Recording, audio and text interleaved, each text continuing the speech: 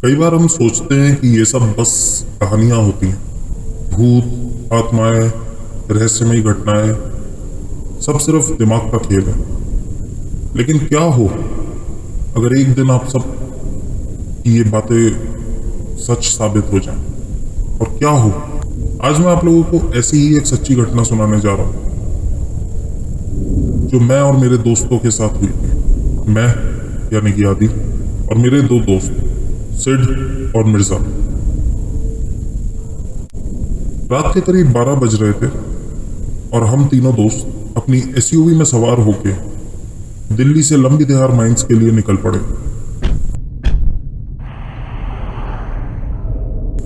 शहर की भागदौड़ से दूर एक एडवेंचर की तलाश में। रास्ते में कोई ट्रैफिक भी नहीं था।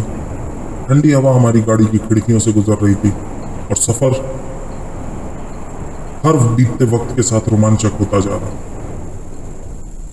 करीब 150 किलोमीटर चलने के बाद हमें थोड़ी सी भूख लगने लगी।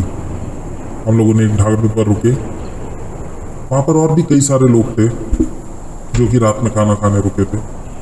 खाना खाते खाते हमारी नजर एक लड़की पर पड़ी जो कि अकेले बैठी हुई थी। थोड़ी देर बाद हमारी उससे बातचीत शुरू हुई। बातचीत हुई तो पता चला कि उसका नाम आयशा था। बातचीत के दौरान हमें यह भी पता चला कि इत्तेफाक से हम सब लोग एक ही स्कूल से पढ़े हुए हैं। आयशा हमारे क्लास से एक क्लास सीनियर थी।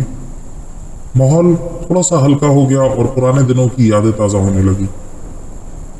खाना खत्म करने के बाद जब हम निकलने लगे तो आयशा ने हमसे लिफ्ट मांगी। रात के 2 बजे एक अनजान लड़की ने 3 लड़कों से लिफ्ट मांगी। हमें यह बात काफी अजीब लगी, मगर स्कूल का कनेक्शन था तो हमने ज्यादा ना सोचते हुए हामी भर दी। गाड़ी आगे बढ़ी और बातचीत का सिलसिला भी चलता रहा। उसने बताया कि वो हमारे स्कूल के दिनों से मेरे भाई को जानती है और उसे क्लास का सबसे बड़ा खड़ूस कहती थी। इस बात पर हम सब हंस पड़े और फिर सफर का मजा लेते रहे। धीरे धीरे जैसे जैसे रास्ता गुजरा सब लोग सो गए और मैं गाने सुनते सुनते गाड़ी चलाता रहा। जैसे ही हम देहरादून से पहले जंगल में पहुंचे,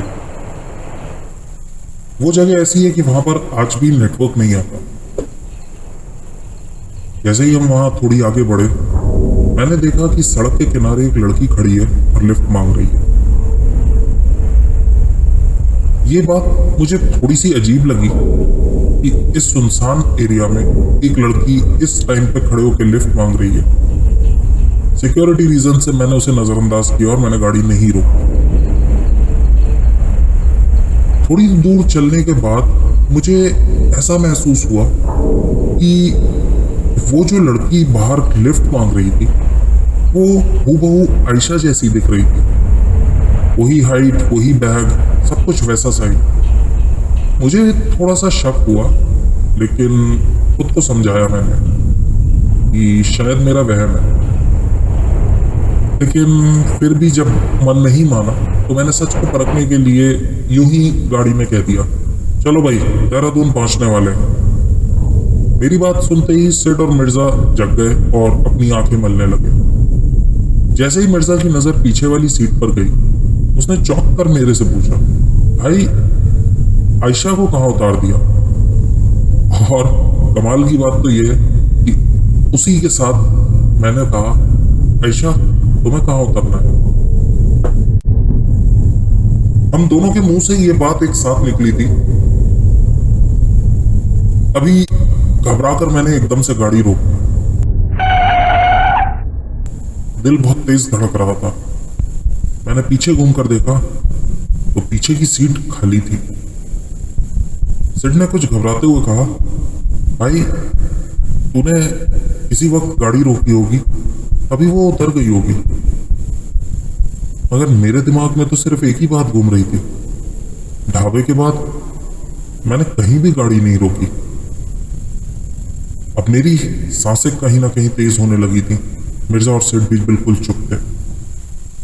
गाड़ी में एक अजीब सा सन्नाटा पसर गया। हमने बिना कुछ ज्यादा बात किए सीधे होटल की तरफ गाड़ी भगाई। इन सब बातों के बीच में ये सवाल अभी भी मेरे जहन में घूम, कई बार हम सोचते हैं कि ये सब बस कहानियां होती हैं, भूत, आत्माएं, रहस्यमयी घटनाएं, सब सिर्फ दिमाग का खेल है।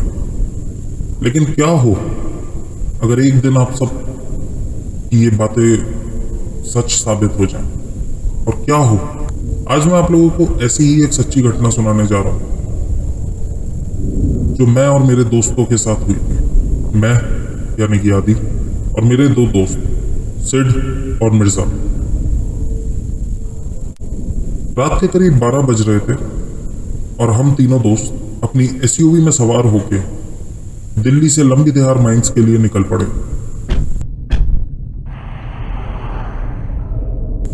शहर की भागदौड़ से दूर एक एडवेंचर की तलाश में। रास्ते में कोई ट्रैफिक भी नहीं था। ठंडी हवा हमारी गाड़ी की खिड़कियों से गुजर रही थी और सफर हर बीतते वक्त के साथ रोमांचक होता जा रहा। करीब 150 किलोमीटर चलने के बाद हमें थोड़ी सी भूख लगने लगी। हम लोगों ने एक ढाबे पर रुके। वहां पर और भी कई सारे लोग थे जो कि रात में खाना खाने रुके थे। खाना खाते खाते हमारी नजर एक लड़की पर पड़ी जो कि अकेले बैठी हुई थी। थोड़ी देर बाद हमारी उससे बातचीत शुरू हुई। बातचीत हुई तो पता चला कि उसका नाम आयशा था। बातचीत के दौरान हमें यह भी पता चला कि इत्तेफाक से हम सब लोग एक ही स्कूल से पढ़े हुए हैं। आयशा हमारे क्लास से एक क्लास सीनियर थी। माहौल थोड़ा सा हल्का हो गया और पुराने दिनों की यादें ताज़ा होने लगी।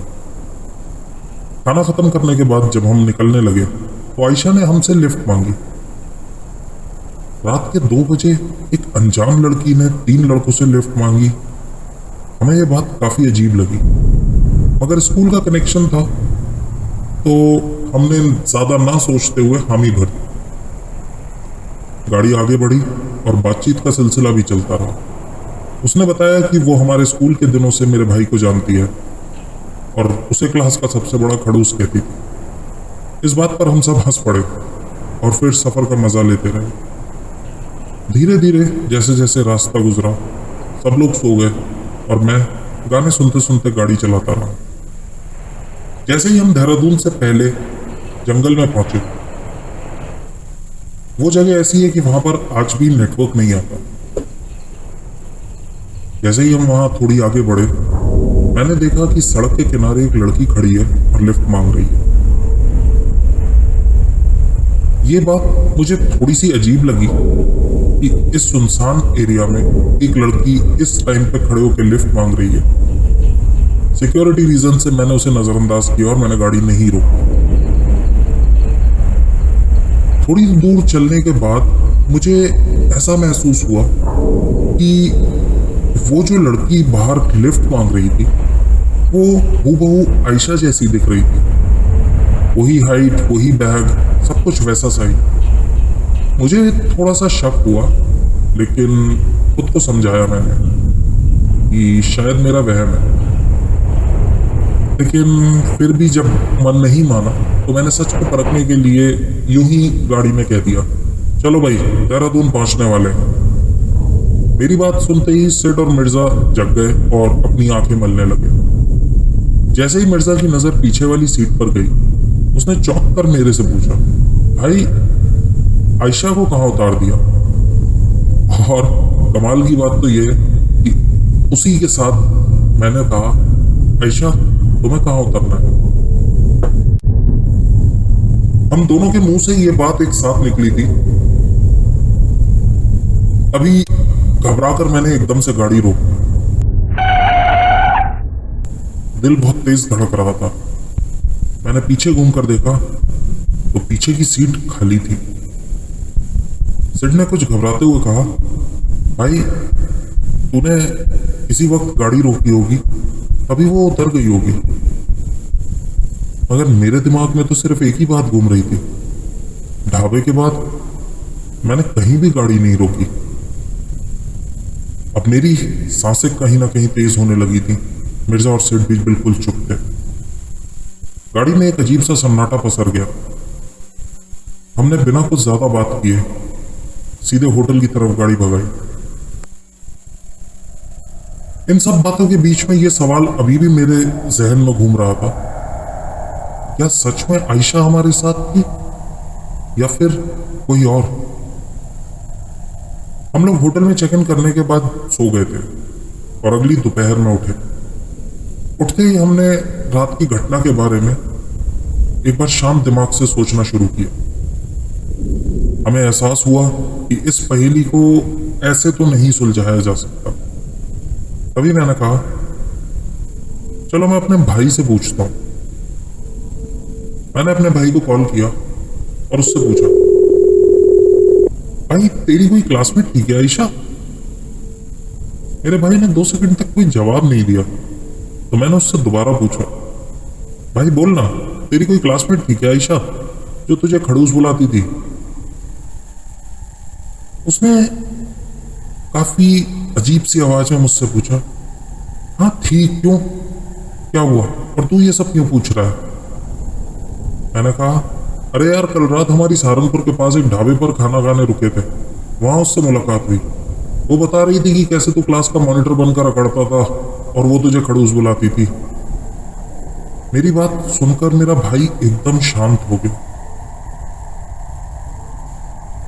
कुछ समय रुकने के बाद उसने मुझसे भरी हुई आवाज से कहा, भाई लेकिन आयशा तो जब हम 12वीं के फेयरवेल से लौट रहे थे, वो किसी काम से सहारनपुर लौट रही थी। रास्ते में उसकी गाड़ी का एक्सीडेंट हो गया और उसकी मौके पर ही मौत हो गई थी। हम तीनों दोस्त ये बात स्पीकर पर सुन रहे थे, लेकिन सुनते ही हमारे शरीर में मानो रूह फना हो गई। मेरी आवाज कांपने लगी और मैंने धीरे से कहा, ठीक है भाई, रखता हूं फोन। फोन रखने के बाद हम सब दोस्त यही सोचने लगे कि आखिर हमारे साथ ये हुआ क्या। जिस चीज पर हम कभी भरोसा नहीं करते थे, अब उसे जीवन भर झुटला भी नहीं सकते। हम तीनों ने जाकर खाना खाया और उसके बाद थोड़ी बहुत इस बारे में चर्चा की। साथ ही हम लोग सोचने लगे कि क्या हमें लंबी देहार माइंस जाना चाहिए, क्योंकि वो भी देहरादून मसूरी के बीच की एक काफी हॉन्टेड लोकेशन है। और ये बात हमें याद आई कि रात में आयशा ने हमसे कहा था, तुम लोग वहां क्यों जा रहे हो, वो जगह ठीक नहीं है।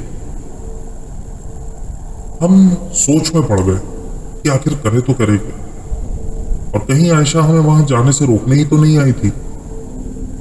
ये सवाल हमारे अंदर बढ़ता जा रहा था। खैर हमने सोचा कि चलो कोई नहीं,